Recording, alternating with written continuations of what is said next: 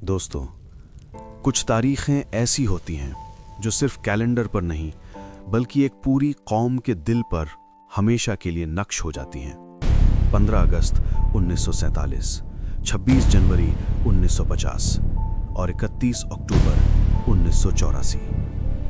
आखिरी तारीख। ये वो दिन था जब भारत की सबसे ताकतवर महिला अपने ही घर के बगीचे में अपने ही सबसे भरोसेमंद अंगरक्षकों की गोलियों से लहूलुहान हो गई। ये सिर्फ एक हत्या की कहानी नहीं है, ये उस देश की कहानी है जो धर्म, राजनीति, बदले और विश्वास के बीच जल रहा था। ये कहानी है उस औरत की जिसने पूरी दुनिया को दिखाया कि एक महिला क्या कर सकती है और जो आखिरकार उसी भरोसे का शिकार बन गई जो उसने खुद बनाया था। आइए शुरुआत करते हैं। 19 नवंबर 1917 की एक ठंडी सुबह इलाहाबाद के आनंद भवन में एक बच्ची पैदा हुई। पिता थे जवाहरलाल नेहरू, भारत के पहले प्रधानमंत्री। नाम रखा गया इंदिरा प्रियदर्शनी।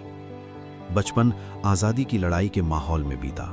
घर में नेता आते थे, जलसे होते थे, अंग्रेजों के खिलाफ बातें होती थीं। इंदिरा बचपन से ही राजनीति की हवा में सांस लेती रहीं। ऑक्सफोर्ड के सोमरविल कॉलेज में पढ़ाई की।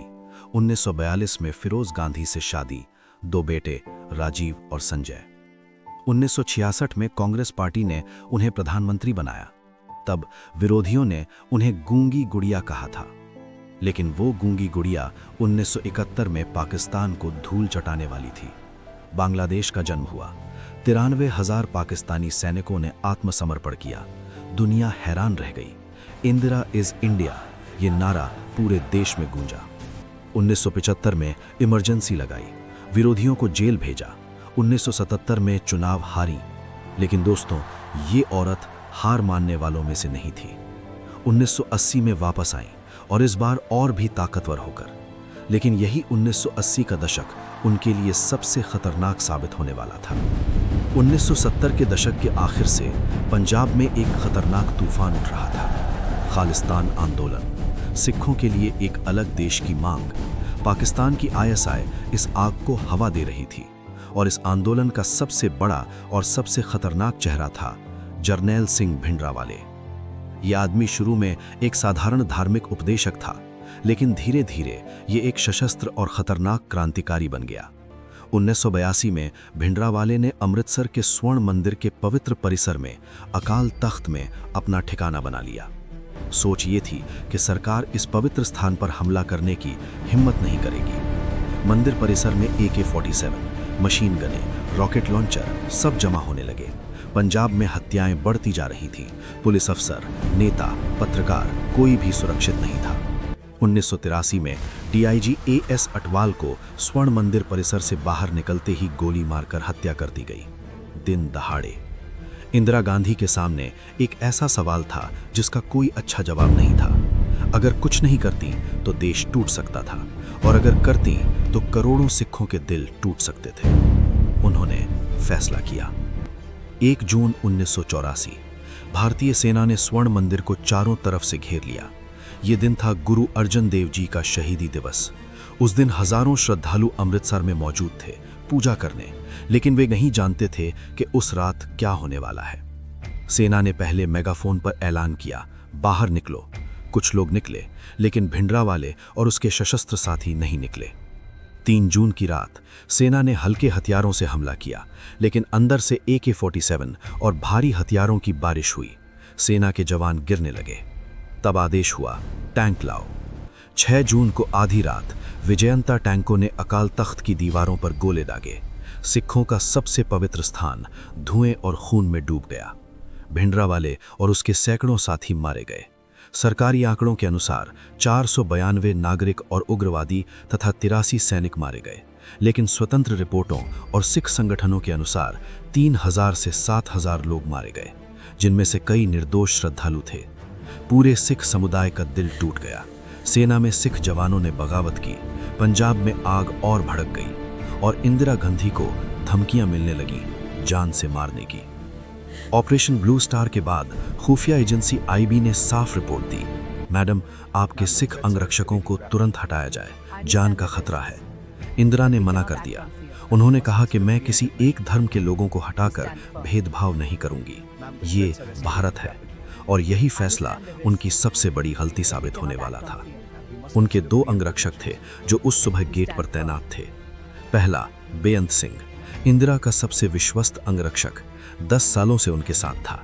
इंदिरा उसे बेटे जैसा मानती थी। ऑपरेशन ब्लू स्टार के बाद उसे हटाया गया था, लेकिन इंदिरा ने खुद कहकर उसे वापस बुलवाया। दूसरा सतवंत सिंह, सिर्फ 22 साल का, 5 महीने पहले ही तैनात हुआ था। दोनों के दिलों में ऑपरेशन ब्लू स्टार का दर्द और बदले की आग धधक रही थी। 31 अक्टूबर से एक रात पहले 30 अक्टूबर 1984 इंदिरा गांधी ओडिशा के भुवनेश्वर में एक बड़ी रैली को संबोधित कर रही थीं। मंच पर खड़े होकर उन्होंने भीड़ को देखा और फिर उन्होंने कुछ ऐसा कहा जो शायद उन्हें खुद पता नहीं था कि ये उनका आखिरी भाषण होगा। मैं आज यहाँ हूँ, हो सकता है कल ना रहूँ। मुझे परवाह नहीं कि मैं जीती हूँ या मरती हूँ। मैंने एक लंबी जिंदगी जी है और मुझे गर्व है कि मैंने पूरी जिंदगी अपने लोगों की सेवा में लगाई। जब मैं मरूंगी तो कह सकूंगी कि मेरे खून की हर बूंद भारत को मजबूत करेगी। जैसे उन्हें पता था, जैसे वो जान रही थीं कि कल का सूरज उनके लिए नहीं उगेगा। 31 अक्टूबर 1984 दिल्ली में सुबह के 9 बजे थे। आसमान साफ था, हल्की धूप निकली हुई थी, पत्तों पर ओस की बूंदें चमक रही थीं। 1 सफदरजंग रोड, ये था भारत की प्रधानमंत्री इंदिरा गांधी का आवास। उस दिन उन्हें ब्रिटिश अभिनेता और निर्देशक पीटर उस्तिनोव को इंटरव्यू देना था, जो एक डॉक्यूमेंट्री बना रहे थे। इंदिरा तैयार हो रही थी। उन्होंने हल्के नारंगी रंग की साड़ी पहनी, हाथ में लाल कपड़े का बैग था। उनके सहायक ने कहा, मैडम बुलेट प्रूफ जैकेट पहन लीजिए। इंदिरा ने मुस्कुराते हुए मना कर दिया। इतनी मोटी जैकेट पहनकर कैमरे के सामने कैसे जाऊंगी? ये उनका आखिरी फैसला साबित होगा। वे 1 सफदरजंग रोड से अपने दफ्तर 1 अकबर रोड की ओर पैदल निकली, बगीचे से होकर। उनके साथ हेड कांस्टेबल नारायण सिंह था, जो उनके ऊपर छाता लिए चल रहा था। रास्ते में उन्होंने एक नौकर को रोका जो चाय का सेट लिए जा रहा था। ये सही सेट नहीं है, दूसरा लाओ। फिर वे आगे बढ़ीं। करीब 20 मीटर का एक छोटा रास्ता, नीम और ओक के पेड़ों से घिरा, एक लकड़ी का गेट जो घर और दफ्तर को अलग करता था। उस गेट पर 2 अंगरक्षक तैनात थे, बेअंत सिंह और सतवंत सिंह। इंदिरा गांधी ने दोनों को देखा, हाथ जोड़े और मुस्कुराते हुए कहा, नमस्ते। यही उनके आखिरी शब्द थे। बेअंत सिंह ने अपनी 38 रिवॉल्वर निकाली और उनके पेट में 3 गोलियां दाग दी। इंदिरा लड़खड़ाई, गिरने लगी। तभी सतवंत सिंह ने अपनी स्टर्लिंग सब मशीन गन उठाई और 30 गोलियां दागी। कुल 33 गोलियां चलाई गईं। 30 उनके शरीर में लगी, 7 उनके शरीर में धंसी रहीं। बगीचे की जमीन खून से भीग गई। गोलियों की आवाज सुनते ही दूसरे सुरक्षाकर्मी दौड़े, बेअंत सिंह को वहीं मार गिराया। गोलियों की आवाज सुनते ही सोनिया गांधी दौड़ती हुई बाहर आईं। इंदिरा जमीन पर पड़ी थीं, खून ही खून। एम्बुलेंस का ड्राइवर नहीं मिला। एक सरकारी एम्बेसडर कार में उन्हें लिटाया गया। सोनिया गांधी उनका सिर अपनी गोद में लेकर बैठ गईं। कार एम्स की तरफ दौड़ पड़ी। सोनिया की साड़ी खून से भीग गई। सुबह 9:30 बजे इंदिरा गांधी एम्स लाया गया।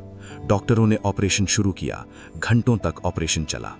एम्स के निदेशक ने बाद में लिखा, इंदिरा गांधी लाए जाने के समय ही चिकित्सकीय रूप से मृत थीं, लेकिन डॉक्टरों को दिखावे के लिए ऑपरेशन जारी रखना पड़ा जब तक राजीव गांधी को शपथ न दिलाई जाए।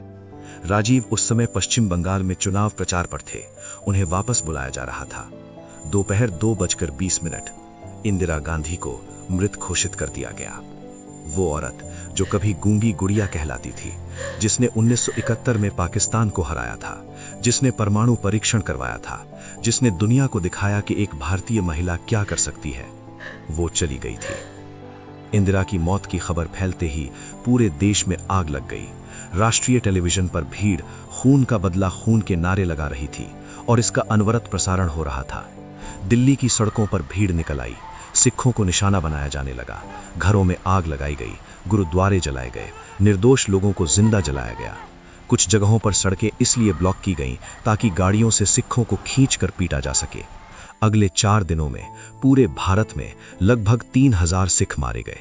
अकेले दिल्ली में 2100 से ज्यादा। बच्चे, औरतें, बूढ़े, कोई नहीं बचा। पगड़ियां नोची गईं, दाढ़ियां काटी गईं। जो सिख दिखा उसे मारो, ये था उस वक्त का माहौल। ये भारत के इतिहास के सबसे शर्मनाक और दर्दनाक अध्यायों में से एक था, और इस नरसंहार के असली दोषी आज तक पूरी तरह न्याय के सामने नहीं आए। सतवंत सिंह और षड्यंत्र में शामिल कहर सिंह को मौत की सजा सुनाई गई। 6 जनवरी 1989 को दोनों को फांसी दी गई। जस्टिस ठक्कर आयोग ने जांच की। रिपोर्ट में कई सवाल उठाए गए, लेकिन 1984 के दंगों के लिए दशकों तक भी बड़े नेताओं को सजा नहीं हुई। कुछ को तो दशकों बाद मिली। न्याय आया, लेकिन पूरा नहीं, और जो मारे गए वो कभी वापस नहीं आए। 31 अक्टूबर 1984 की शाम को ही राजीव गांधी ने प्रधानमंत्री पद की शपथ ली। एक बेटा जिसने अभी अभी अपनी मां को खोया था और अब उसी मां के देश को संभालने की जिम्मेदारी उठानी थी। राजीव ने 1984 के चुनाव में ऐतिहासिक जीत हासिल की, 414 सीटें, लेकिन वे भी इतिहास की क्रूरता से नहीं बच सके। 21 मई 1991 तमिलनाडु के श्री पेरम्बदूर में एक महिला ने आगे आकर माला पहनाई और फिर बम का धमाका। राजीव गांधी भी नहीं रहे। एक परिवार जिसने भारत को बनाने में खुद को होम कर दिया। दोस्तों, इंदिरा गांधी एक ऐसी नेता थीं जो विवादों से घिरी रहीं। इमरजेंसी का दाग, ऑपरेशन ब्लू स्टार का दर्द, ये सब उनकी विरासत का हिस्सा है। लेकिन ये भी सच है कि उन्होंने 1971 में पाकिस्तान को हराया, कि उन्होंने परमाणु शक्ति बनाई, कि उन्होंने दुनिया को दिखाया कि एक भारतीय महिला क्या कर सकती है। ब्रिटिश प्रधानमंत्री मार्गरेट थैचर ने उनकी मौत पर कहा था, भारत ने अतुलनीय साहस, दूरदर्शिता और मानवता वाले एक महान नेता को खो दिया। इंदिरा गांधी की हत्या सिर्फ एक इंसान की मौत नहीं थी, ये उस भरोसे की मौत थी जो एक नेता और उसके अपनों के बीच होता है। ये उस सवाल का जवाब था जो राजनीति में हमेशा अनुत्तरित रहता है, क्या सत्ता की कीमत इतनी बड़ी होती है? और सबसे दर्दनाक बात यह है दोस्तों कि जिस औरत ने अपनी पूरी जिंदगी इस देश को दी, वो उसी देश के बगीचे में अपनों की गोलियों से मरी। नमस्ते, यही उनके आखिरी शब्द थे, और उस नमस्ते का जवाब मिला गोलियों से। मेरे खून की हर बूंद भारत को मजबूत करेगी।